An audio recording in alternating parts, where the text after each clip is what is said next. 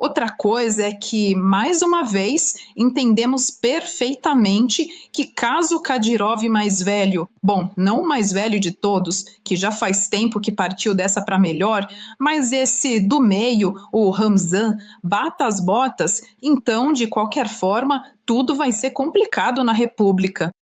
E o Kremlin, de jeito nenhum. A dama, em primeiro lugar, juridicamente, não tem como colocar o Adama. Ele ainda não tem. O respondente, ele não atingiu a idade em que pode se tornar chefe da Chechênia.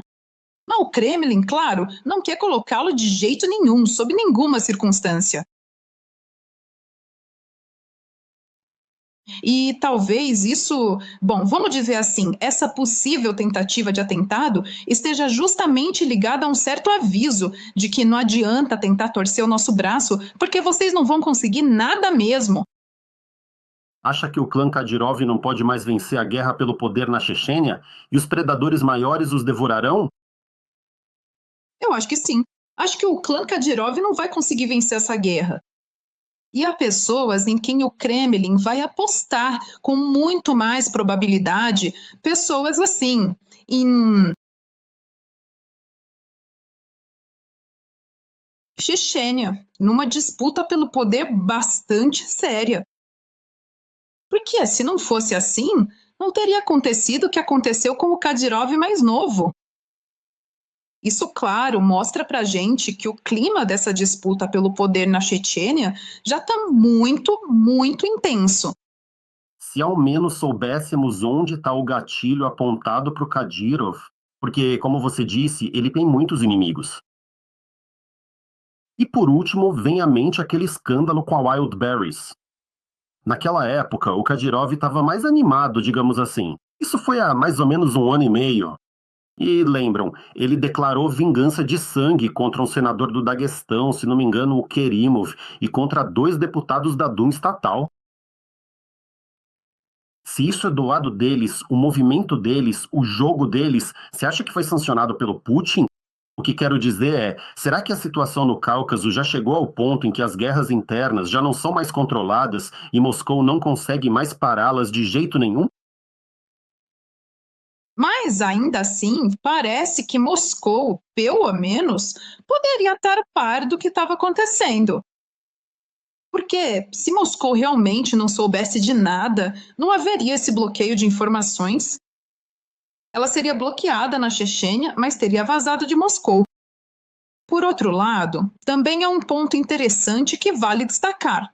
Ao que tudo indica, não permitiram levar o próprio Adam para os Emirados, porque o avião já estava pronto e, consequentemente, queriam levá-lo exatamente para lá. Mas o obrigaram a ser levado para Moscou. Naquela época, mais uma vez, como na Chechênia, hoje em Grozny. A medicina está em um nível tão bom que nem é necessário levar para Moscou.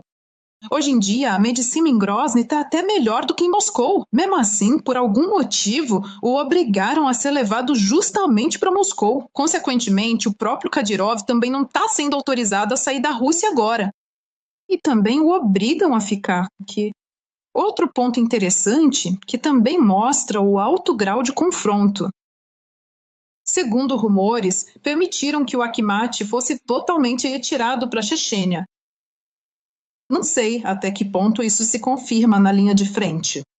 Mas dizem que o Akhmat voltou agora para a Chechênia, o que também nos mostra que, aparentemente, é preciso resistir a algo dentro da própria República. E você disse corretamente, claro, esse alto grau de confronto dentro da própria Chechênia vai intensificar ainda mais a situação e a tensão com o Daguestão e com a Ingushétia, que já são altas. E, na sua opinião, uma transferência pacífica de poder, ela é possível de fato? Qual é a sua previsão? O que vai acontecer com a Chechênia se amanhã decidirem anunciar que ele já faleceu? Ramzan Kadyrov, talvez até o filho dele, Adam? Eu acho que eles são mantidos na Rússia justamente para, na hora certa, colocarem um travesseiro. Sabe, quando alguém já for aprovado, aí colocam um travesseiro no rosto deles e eles não saem mais dos seus quartos. Bem, o que considerar? Pacífico, né? Na minha opinião, se realmente se atiraram com lança-foguetes no Kadyrov, isso já é uma história realmente inacreditável. Outra coisa é se vai chegar uma guerra civil dentro da própria Chechênia. Pode ser que nem chegue. E, na verdade, não é por acaso que chamaram o Akhmat de volta. Vamos lembrar que quem realmente comanda o próprio Akhmat não é tanto Kadyrov, que está em uma situação estranha, mas sim o próprio Abd-Allah-Nov.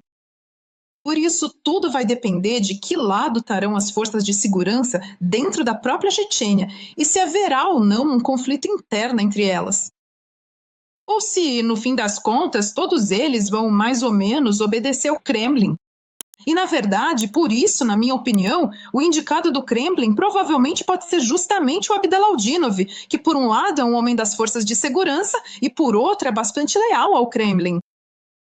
E, consequentemente, se os principais tapes não se opuserem a isso, talvez não haja um grande derramamento de sangue. Bem, o pequeno, claro, tem um pouco de permissão, porque, de qualquer forma, estão livrando o governo de inúmeras responsabilidades.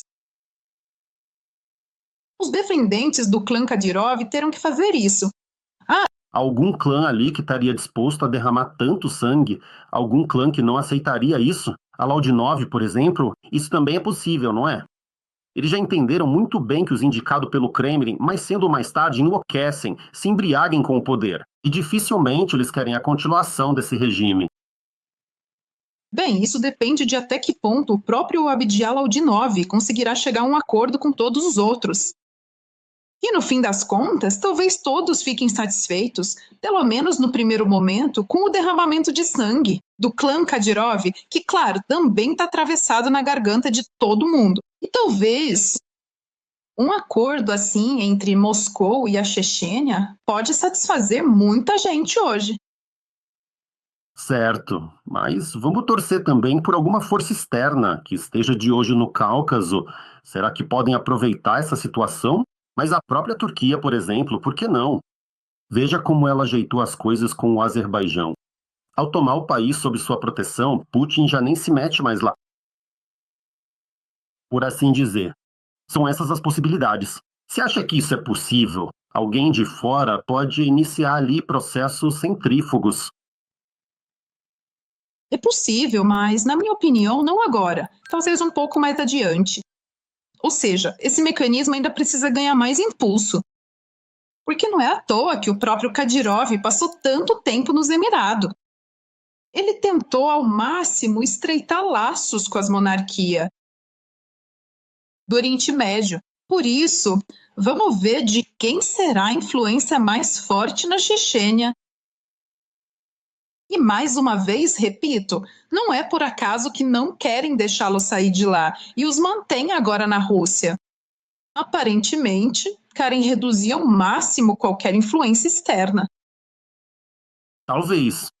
E, na verdade, para encerrar esse assunto do Ramzan Kadyrov, se morreu ou não, até agora a gente não sabe. Talvez o corpo dele já esteja sendo embalsamado, por assim dizer, ou guardado em um freezer. Além disso, olhando para a prática soviética, isso era feito com frequência, inclusive com líderes do próprio Partido Comunista, enquanto procuravam um sucessor. Eu fico intrigado com outra questão. Como é possível chegar aos 49 anos com esse estado de saúde? Você não acha que, nesse caso, também podem ter agido os serviços secretos russos? Talvez até sem o consentimento do Putin. Talvez um chazinho com polônio, por exemplo. Alguém tenha dado para ele. Ou então deram um pouco de Novichok para ele cheirar? Aqui, talvez, realmente sem o consentimento do Putin. Eu acho que o principal envenenador na Rússia hoje é justamente o Putin. Se olharmos para a história da eliminação das pessoas que conheciam bem o Putin em São Petersburgo, vamos ver que ali foram usados venenos. Esse é o tipo de arma mais preferido. Ou seja, venenos são justamente a arma favorita do Putin. Então, se realmente tem alguma coisa de errado com a saúde do Kadyrov, não é à toa. É bem possível que o próprio Putin, em algum momento, tenha decidido que não precisa mais do Kadyrov do jeito que ele está tentando se posicionar. Porque a gente sempre dedicamos muito tempo ao Kadyrov. Todo mundo falava, e se o Kadyrov vier depois do Putin? Mas, na verdade, o próprio Putin não gostava nem um pouco de ouvir que o Kadyrov poderia assumir depois dele. Por isso, é melhor que, depois do Putin, o Kadyrov já... Não exista mais. Sim, sim, sim. Por isso, seria melhor que o Kadyrov nem existisse. Embora, do ponto de vista do que eu sei sobre o estado de saúde do próprio Kadyrov, ele ainda está vivo e, na verdade, não está tão mal quanto poderia estar, considerando sua condição. Ainda assim, sim, ele está em diálise constante. Mas todos nós lembramos quanto tempo Andropov viveu em diálise constante, sendo que naquela época o processo era muito mais complicado. Ou seja, sem a diálise, Kadyrov não pode viver, isso é verdade. Mas com a diálise, ele ainda está, de alguma forma, existindo. Por isso, por enquanto, ele ainda não está no freezer.